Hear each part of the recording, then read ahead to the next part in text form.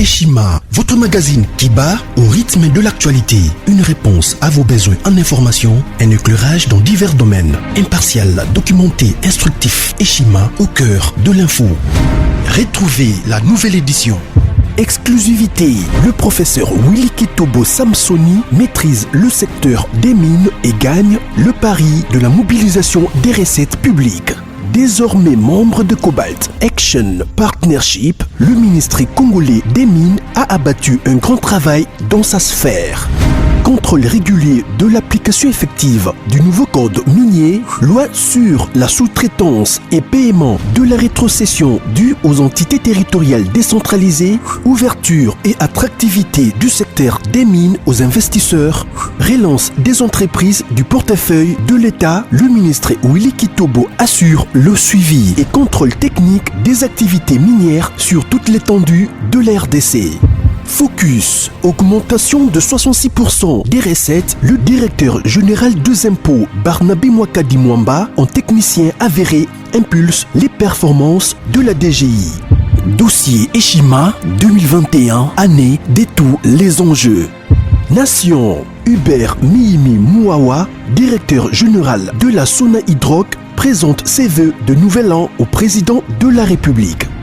SU, la rétrospective 2019-2020 du ministre Thomas Louaka, un mandat placé sous le thème du redressement du système éducatif du supérieur. Agence de prévention et de lutte contre la corruption, un casting à refaire. Économie, Eshima Magazine revient sur les commerces générationnels en RDC. Retrouvez l'intégralité du magazine Eshima dans les kiosques. Eshima Magazine, un nouveau standard d'information.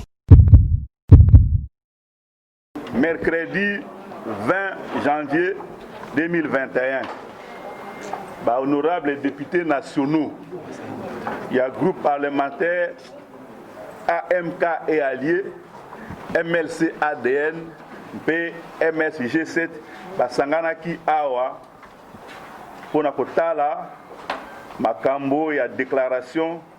Oyo et Salemaki na honorable Jean-Marc Kaboun Oyo Ebani Lokola Mokambi à titre intérim il y a IDPS. La déclaration a eu à l'Obari qui n'a beaucoup d'années. Il y a président de la République na Bakambi, il y a Mangomba Mabiso, Tolobi président Moïse Katumbi. Na président Jean-Pierre Bemba bango basengaki na mokonzi ekolo atike la famille politique na biso présidence et assemblée nationale na pona famille politique ya Moïse Katumbi pe primature pona famille politique ya président Jean-Pierre Bemba et loko ba députés nationaux. Il y a un groupe parlementaire na biso misato balingi koyebisa na population et na opinion nyonso ke ezali boy maloboyo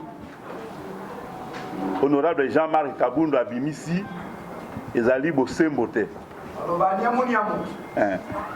bongo bakonzi ba famille politique na biso ndenge bakutanaki na président de la République bayokanaki bobele oyo etali makambo yako bongo la lolenge yako yangele ekolo na biso kasi ba detail mususu etali nani yako kamba nini etikala kite ekoba kosololama na kati ya ba délégué na biso nyonso bakutani na kati ya task force lokola ba négociateur yango wana toyoki pasi mingi betolingi koyebisa ki tosepeli soki mokete na maloba oyo honorable Jean-Marc Kabound alobi Zambi ezali maloba ekoki te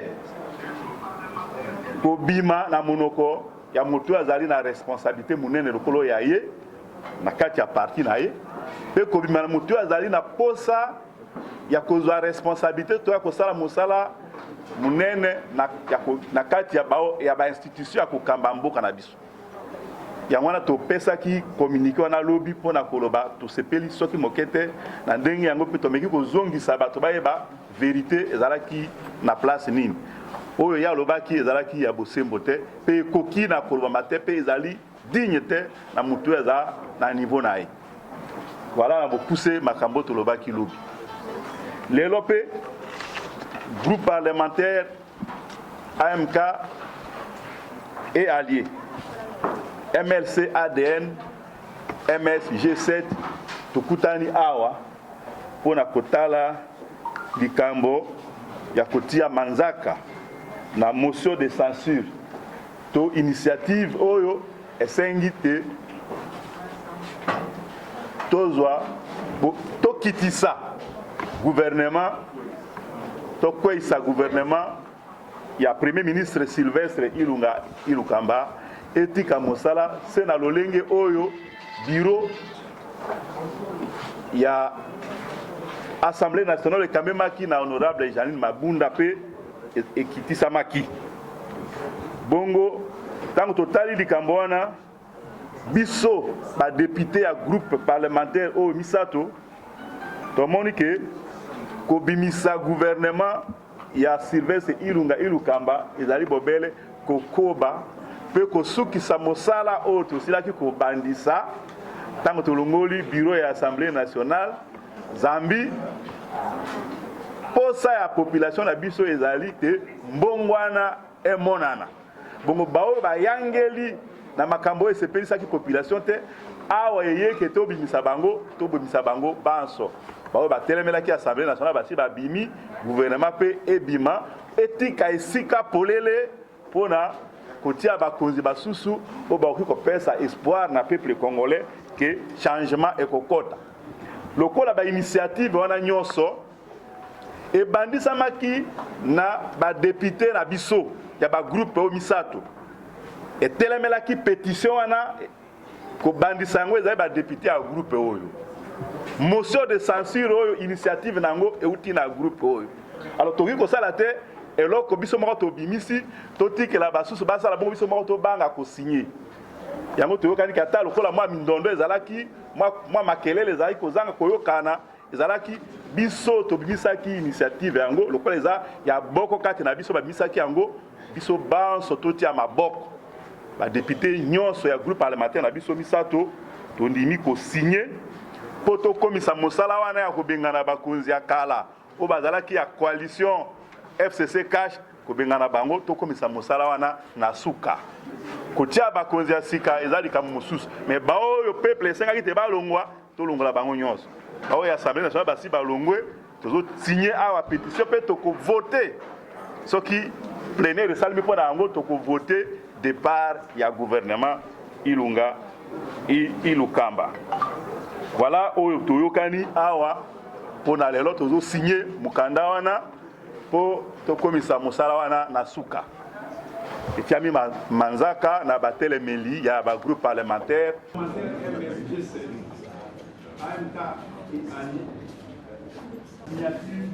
du vote de la motion de censure contre le gouvernement du Premier ministre consacre la naissance d'une nouvelle majorité politique incarnée par l'union sacrée de la nation. Aussi, devons-nous rappeler à l'opinion nationale qu'à l'instar de la motion de censure, les pétitions contre le bureau de l'Assemblée nationale sont une initiative d'un membre de ces groupes parlementaires. Ces deux actions parlementaires constituent, l'une comme l'autre, la détermination irréfutable des groupes parlementaires MSG7, AMK et alliés et MLC ADN de contribuer à la chute d'un système qui incarne la faillite de l'État et la misère du peuple.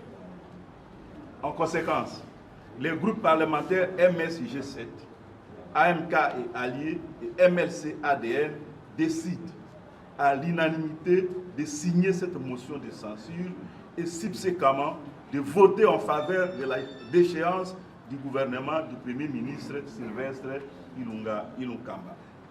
Ainsi fait à Kinshasa le 21 janvier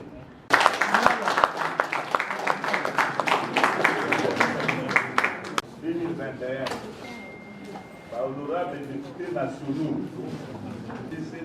asanganaki awa mpona kotala makambo Marc Kabul oyo ayebani lokola mokambi la déclaration na ye alobaki ke na bokutani ya président de la république Pierre Bemba bango basengaki na mokonzi ya ekolo atiki ya président Pierre Bemba eloko badepute nationaux honorable Jean-Marc Kabunda abimisi ezali bosembo te te ekoba kosololama na kati ya badelege na biso nyonso tolingi koyebisa tosepeli soki moke te na maloba oyo honorable Jean-Marc Kabunda responsabilité monene lokolo ya ye na kati ya parti na ye mpe kobima na motu azali na posa taki communité wana lobi mpona koloba tosepeli soki moke te na ndenge yango mpe tobengi tozongi ADN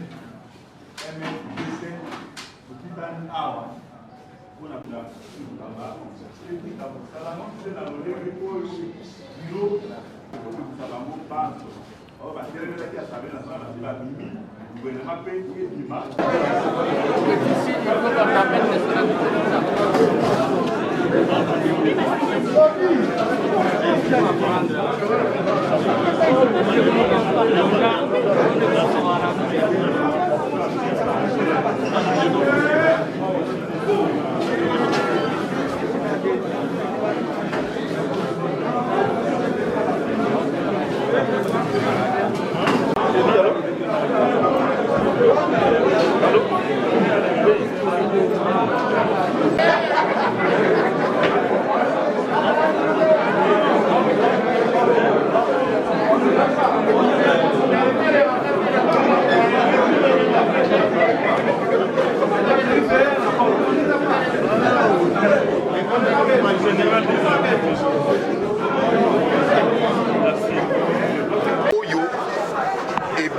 population aje koyoka pasi yango bomoni biso bato ya MS G7 MK ya lié na MLC ADN tosangani po tosilisa likambo oyo tobandaki deja tolongolaki bureau ya Assemblée nationale yango tokomi na likambo kolongola gouvernement yango toye kosigner motion de censure po tofandisa premier ministre po tosala équipe ya sika etala mabumu pe social ya congolais nde yango mokolo na lelo ezali mokolo ya mbotama ya makambo ya sika toyekosisa kosigner mikanda yango na bongo kolanda biso na paidi pepe moko lobi to mokola poso oyoka ndenge nini toza kosisa makambo yango natondi bino botono. Comme l'initiative de la motion de censure contre le gouvernement est venue du groupe AMK, MLC, et que l'initiateur de cette censure est de notre, nous nous disons nous n'allons pas stopper la procédure que nous avions entamée après la destitution du bureau Mabunda, c'est-à-dire nous allons signer la motion de censure pour que nous puissions parachever le travail que nous avons maintenu. Et en ce qui concerne le propos de l'honorable Kabou, c'était juste pour éclaircir et peut-être faire un démenti pour dire que le président Moïse Mbemba ne sont pas chercheurs de postes. Ils sont juste nos représentants, nos chefs de file, ils jouent le rôle de pouvoir de transmission. En ce qui concerne le président Moïse, il n'a fait que prendre le cahier de charges qui a été remis par les députés que nous sommes, les députés de l'ensemble, et les a transmis auprès de la présidence.